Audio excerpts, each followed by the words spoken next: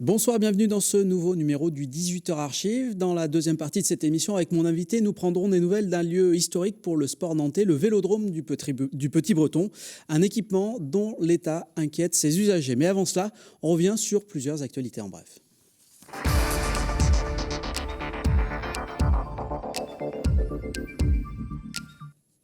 Et on commence en prenant la direction du Cellier, à l'est de l'agglomération, une commune où a vécu et où est enterré Louis de Funès. Et il y a 2 ans, le musée de Louis, consacré à l'œuvre de l'acteur, ouvrait ses portes à l'intérieur même du château de Clermont qui appartenait à Louis de Funès. Actuellement, l'association qui gère ce lieu est dans une période charnière. Le propriétaire du château de Clermont veut vendre son bien et le musée de Louis pourrait donc fermer car il est seulement locataire d'une des ailes du château. Plusieurs actions sont actuellement menées pour trouver une solution qui passerait par un rachat de ce lieu. Tout d'abord, l'association a contacté les collectivités, notamment la communauté de communes du pays d'Ancenis.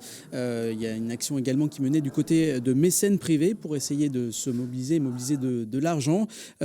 Côté grand public également, une souscription a été lancée sur Internet. Cette dernière a pour l'heure permis de récolter un peu moins de 7 000 €. Or, pour pouvoir acquérir le château de Clermont et développer de nouvelles activités sur place, c'est 1,5 million d'euros qu'il faut trouver avec une échéance, celle d'avril 2017.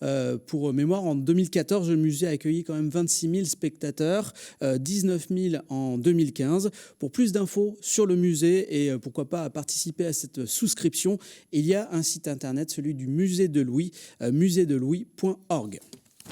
Et puis on met le cap encore plus à l'est pour prendre des nouvelles des Nantais de Kokomo. Le groupe rock composé de Warren à la guitare et Kevin à la batterie termine actuellement une tournée pas banale du côté de l'Asie. Sur cette petite vidéo que vous voyez actuellement, ils reviennent sur leur participation au festival de Sanshu en Chine, qu'ils décrivent comme un mélange entre les vieilles charrues et Interville. Tout un programme. Ils seront ce lundi soir du côté de Pékin. Puis ils poursuivront ensuite leur tournée en Indonésie. Ils seront de retour à Nantes le 26 mai pour un concert au Ferrailleur. Puis le 10 juin, ils prendront part au festival Rock Estuaire. Pour plus d'infos sur Kokomo, il y a site internet co-mo.org. On passe tout de suite à la partie invitée du 18h Archive.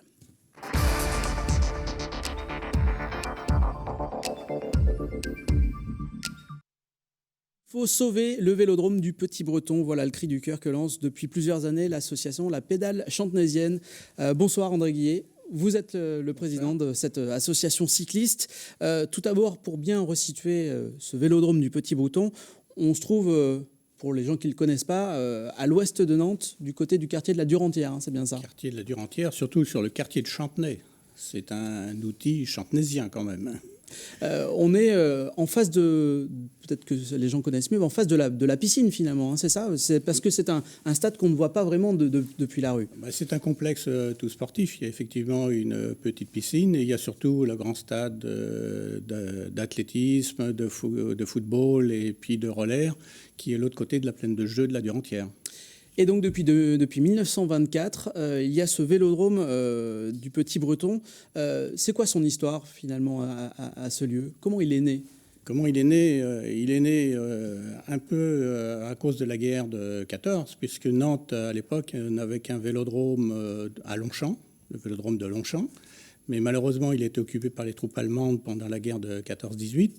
Et à leur départ, le vélodrome, qui était aussi en terre d'ailleurs, c'était les techniques de l'époque, le vélodrome était inutilisable. Donc pendant quelques années, il n'y a plus de piste cycliste à Nantes. Et un particulier, M. Olive, dans les années 20, a décidé de son propre chef sur ses biens, sur son patrimoine. Il avait des terrains du côté de la Durantière, de construire un vélodrome en terre, là également, donc en 1923. Les pistes, à l'époque, faisaient aussi 500 mètres. C'est pourquoi il fait 500 mètres. C'est un grand vélodrome par rapport aux pistes modernes. Et il a été inauguré en 1924.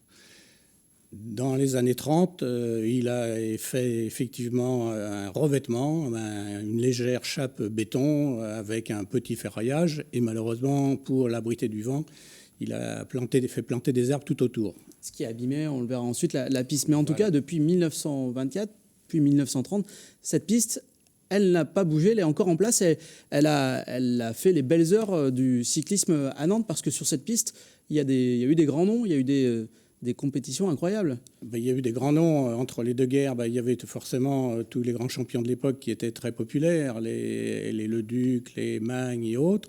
Même après la guerre, il y a eu encore de nombreuses belles compétitions avec Bobet, Robic, et puis plus près de nous, Anquetil, Poulidor, Merckx, Thévenet. Et le dernier champion qui est passé sur cette piste, c'est Bernard Hinault, dernier critérium en 1982. Oui, parce que depuis 1982, l'état de la piste s'est considérablement dégradé, ce qu'on comprend, puisqu'elle est en place depuis 1930. Voilà. Ce qui fait que depuis ce milieu des années 80, les compétitions pro, c'est terminé. Hein. On a arrêté les compétitions pro. On faisait également à l'époque des galas olympiques. On a eu tous les médaillés olympiques de la piste avec Quentin, Trentin, Morellon qui venaient régulièrement tous les ans là. Mais on ne peut plus les faire venir sur cette piste. Ils n'accepteraient pas de rouler sur cette route. C'est devenu une route, finalement. On a fait aussi des belles compétitions du demi-fond. Mais malheureusement, les motos, la piste ne supportait pas les trépidations. Et on a arrêté aussi les compétitions demi-fond. Alors depuis plusieurs années, avec les gens de la pédale chantenaisienne, vous tirez la sonnette d'alarme pour alerter sur le sort de cette piste. On avait réalisé, et notamment Olivier Caillat, un sujet l'année dernière avec vous. On va le regarder pour bien s'imprégner de la situation, puis on en reparle juste après.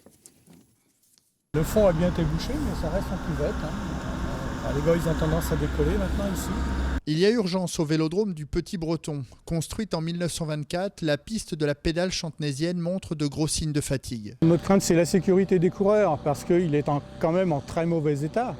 Même si la ville, qui est propriétaire et gestionnaire de ce site, nous assure le minimum de réparation, mais on a besoin de gros entretiens, sinon de très gros entretiens. Car cette piste a vu passer les meilleurs cyclistes français ou étrangers. Mais depuis 1993, date du dernier grand rendez-vous, les critériums professionnels organisés par la pédale chantenaisienne ont dû s'arrêter en raison de la vétusté du lieu. Depuis, les jeunes cyclistes en herbe viennent y faire leur gamme chaque mercredi. Les plus aguerris s'y entraînent 3 soirs par semaine et le club organise une dizaine d'épreuves amateurs par an. Visiblement pas assez pour redonner un coup de jeune au vélodrome. À très court terme, on sera certainement obligé de l'arrêter si la ville ne décide pas de faire des grosses réparations. Un vélodrome neuf, hein, c'est le coût d'un stade d'athlétisme. Hein, c'est 10 à 20 millions d'euros. Mais une piste simple, ouverte à l'extérieur, ça peut tourner autour de 5 millions d'euros. Bon, pour le cyclisme, apparemment, on ne veut pas dégager de telles sommes. D'autres sports ont la chance de l'avoir. Et si rien n'est fait, c'est un endroit emblématique du cyclisme nantais qui pourrait disparaître très rapidement. Alors André Guillet, depuis ce reportage, est-ce qu'on peut dire que les choses ont vraiment bougé ou pas du tout ? Vraiment bougé, non. Par contre, l'entretien minimum nous est quand même bien assuré. Cet hiver, il y a eu quand même de nombreuses reprises de fissures, de trous qui devenaient importants. Mais ce n'est pas suffisant parce que, en termes cyclistes, c'est du rustinage. On fait du rustinage tous les ans. Combien de temps ça va durer, je ne le sais pas. Oui, c'est-à-dire que pour l'instant, la mairie de Nantes fait l'entretien, mais il n'y a pas de décision de prise de rénovation, pour parler clair. Il n'y a pas de rénovation de prévu. Et cet hiver, on a eu un autre souci. Maintenant, c'est l'éclairage qui est en train de s'éteindre progressivement. Ce qui pose aussi un problème, parce que ça limite les plages horaires. On fait des compétitions nocturnes, des entraînements nocturnes, mais là aussi, il y a un moment, s'il n'y a plus d'éclairage, on ne va plus pouvoir rouler. Parce que pour bien comprendre, ce vélodrome, on parlait des grandes compétitions qui ont lieu ici depuis 1924, mais au quotidien, il est utilisé par les clubs de l'agglomération, parce que des équipements comme ça, il y en a très peu finalement. Il y en a très peu. Sur l'agglomération nantaise, il y a un autre vélodrome à Couëron, mais qui subit lui aussi l'âge du temps. Il y a eu une réfection malheureuse là, il y a quelques années. Autrement, on a un très beau vélodrome à Châteaubriand. La Loire-Atlantique est un peu gâtée quand même au niveau en vélodrome. Par contre, dans l'Ouest, ce qui nous manque, c'est une piste couverte. Toutes les autres régions de France ont maintenant leur piste couverte. Nous, dans l'Ouest, on ne l'a pas. Alors peut-être qu'il faudrait peut-être profiter de l'occasion de ce mauvais état de notre piste ouverte. Alors, malgré tout, j'imagine que pour les jeunes du club, les jeunes des autres clubs de vélo nantais, aller à Châteaubriand, c'est pas simple. Il y a un usage quotidien finalement de cette piste quasiment. Oui, parce que il y a les déplacements et puis la piste ouverte, c'est aussi caution aux intempéries. Nous-mêmes, on a fait une épreuve là il y a un mois qu'on était annulé parce qu'il pleuvait. Alors, c'est risqué toujours de faire des déplacements de 100 ou 200 km pour voir la piste mouillée pour pouvoir monter dessus. Il y a la crainte, à un moment donné, de ne plus pouvoir du tout utiliser cette piste, qu'elle soit trop dégradée. On a la crainte, oui, parce que tant qu'on a un minimum de sécurité, on le fera. Mais s'il y a un moment, elle est trop dangereuse, on arrêtera. Et la ville nous dira certainement d'arrêter aussi. Déjà, les tribunes qu'on voyait sur le côté sont interdites au public. Elles sont interdites. Elles sont fermées déjà depuis quelques années. Donc, on n'a plus de tribunes autour du vélodrome. Les balustrades sont aussi en mauvais état. Il y a souvent eu des reprises de maçonnerie de fait, mais ça se dégrade toujours.